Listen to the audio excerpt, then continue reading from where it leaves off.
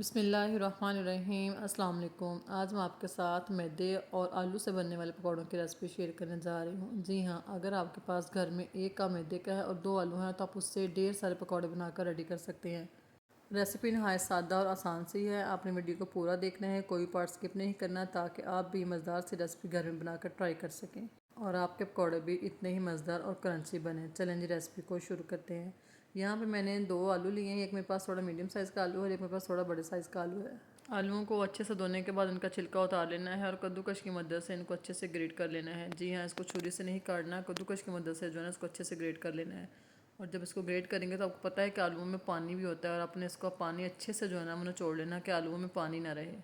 और एक टिप आपको और देती चलूँ कि आलूओं के पानी को आपने यहाँ पे ज़ाया नहीं करना। आप उसमें बेसन ऐड करके चावलों का आटा मिक्स करके अगर चेहरे पे मास्क बना के लगाएंगे तो उससे चेहरे में बहुत ज़्यादा ग्लो आता है और स्किन भी बहुत ज़्यादा टाइट होती है। चलें जी, यहाँ पे दूसरी तरफ मैंने एक कप मैदे का लिया है। उसमें नमक ऐड किया है, मिर्च है, हल्दी है और ज़ीरा और धनिया पाउडर है। ये 3 से 4 मसाले इसमें जाने हैं और थोड़ा थोड़ा पानी डाल के हमने इसको अच्छे से मिक्स कर लेना है। इस मिक्सचर को बनाते वक्त आपने एकदम से सारा पानी इसमें ऐड नहीं करना, वरना आपको पता है कि मिक्सचर में लम्स बन जाएंगे। इस वजह से इसमें थोड़ा थोड़ा पानी ऐड करेंगे तो ये अच्छे से इसका मिक्सचर तैयार हो जाएगा। ये देखें, यहाँ पे हमने थोड़ा थोड़ा पानी ऐड किया है इसमें और देखें ये मज़ेदार सा इसका मिक्सचर जो है ना वो तैयार हो चुका है। दूसरी तरफ हमने आलूओं का पानी अच्छे से निकाल लिया है तो देखें इसको हमने इस मिक्सचर में ऐड कर देना है और अच्छे से इसको जो है ना मिक्स कर लेना है। हाथ की मदद से आपने इसकी मिक्सिंग करनी है। हाथ की मदद से ये है कि इसकी मिक्सिंग अच्छे से हो जाएगी।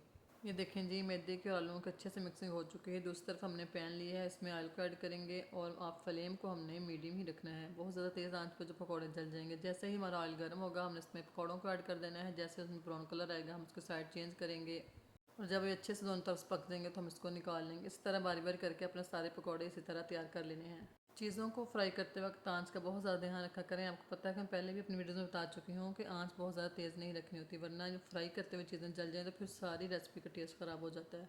ये देखिए कितना प्यारा सा इस पर कलर आया और मैंने अब इसको डिश आउट कर देना है। यहाँ पे अगर हम आंच तेज़ करेंगे तो ये पकौड़े हमारे जल जाएंगे, जिससे जो है ना सारा हमारे रेसिपी की लुक ख़राब हो जाएगी।